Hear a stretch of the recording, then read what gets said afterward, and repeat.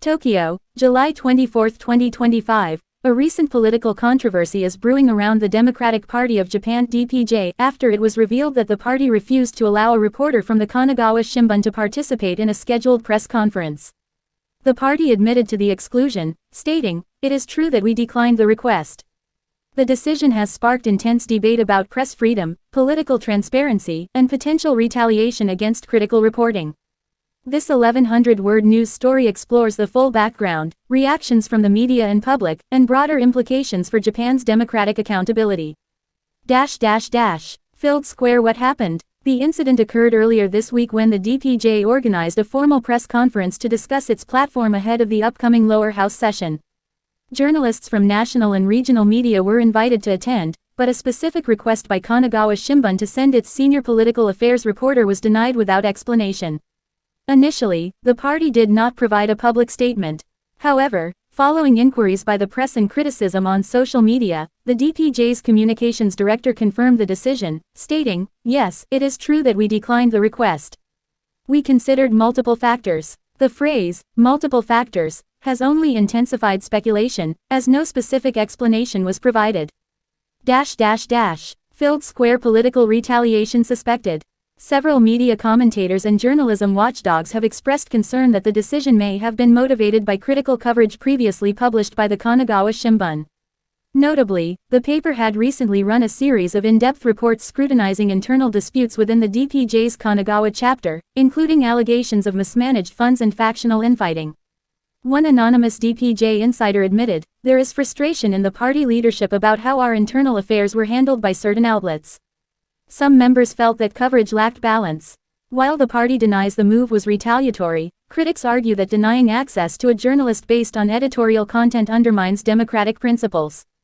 Filled square. Media community reacts. The Japan National Press Club released a brief but pointed statement Wednesday evening. Restricting access to reporters based on prior coverage is unacceptable in a democracy. All media outlets, regardless of size or editorial stance, deserve equal treatment under the principles of free speech and press independence. Major outlets such as Asahi Shimbun, NHK, and Tokyo Shimbun also expressed dismay. In a rare show of unity, several political reporters at the press conference reportedly walked out in solidarity after learning of the exclusion. Kanagawa Shimbun's editor-in-chief, Yuki Tanaka, issued a formal protest. Our reporters perform their duties with integrity. If political parties begin deciding who may or may not report based on perceived bias, we risk heading down a dangerous path. Filled square. The DPJ's shaky justifications. Facing growing backlash, DPJ leadership attempted to clarify its position in a follow-up briefing Thursday morning. Party spokesperson Haruka Inomoto stated, "We reserve the right to decide the format and participants of our press briefings. That said, we acknowledge the importance of a free press, and we will consider reviewing our internal protocols." However, Inomoto did not explain why Kanagawa Shimbun was singled out. The vagueness of the explanation only drew more criticism, with some accusing the party of hiding behind procedural arguments to justify censorship. Filled square. Public response, concern, confusion, and criticism. On social media, hashtags like #PressFreedom and #DPJBoycott began trending by Wednesday evening. Netizens expressed a mix of anger and concern, with many calling the move petty, autocratic, and disappointing.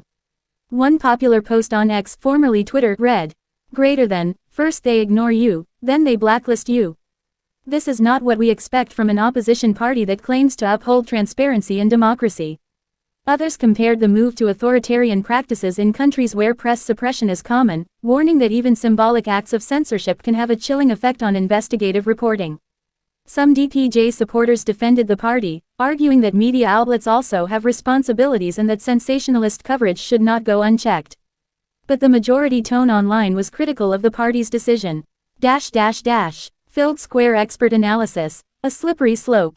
Political science professor Daichi Morimoto of Waseda University warned that even isolated incidents like this can set dangerous precedents.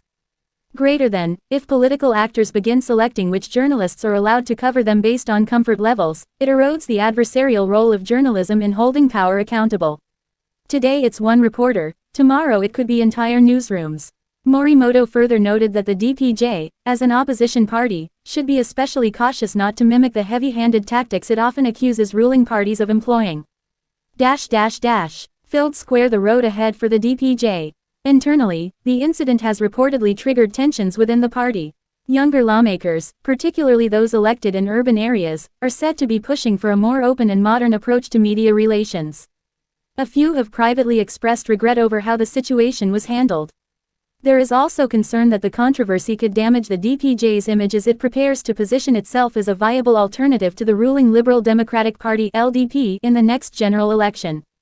Trust from the public and media is crucial, and any hint of censorship could be politically costly.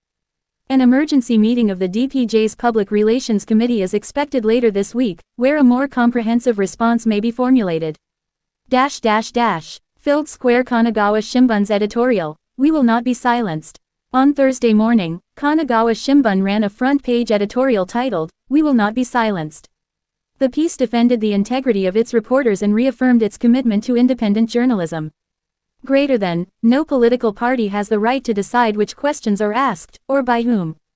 The public deserves answers, and our duty is to keep asking the difficult questions. The paper also announced that it will file a formal complaint with the Japan Press Council and may seek legal advice on whether the DPJ's decision violated principles of fair access. Filled square conclusion, a test of democratic values. As the Democratic Party of Japan continues to respond to the growing fallout, many observers are watching closely to see whether the party will backtrack, offer an apology, or double down on its decision. Regardless, the episode has rekindled a national conversation about the role of the press and the responsibilities of those who seek to govern. While the exclusion of a single reporter may seem minor on the surface, it has raised significant questions about transparency, accountability, and the health of Japan's political discourse. And as history shows, how a party handles criticism says much about its readiness for power.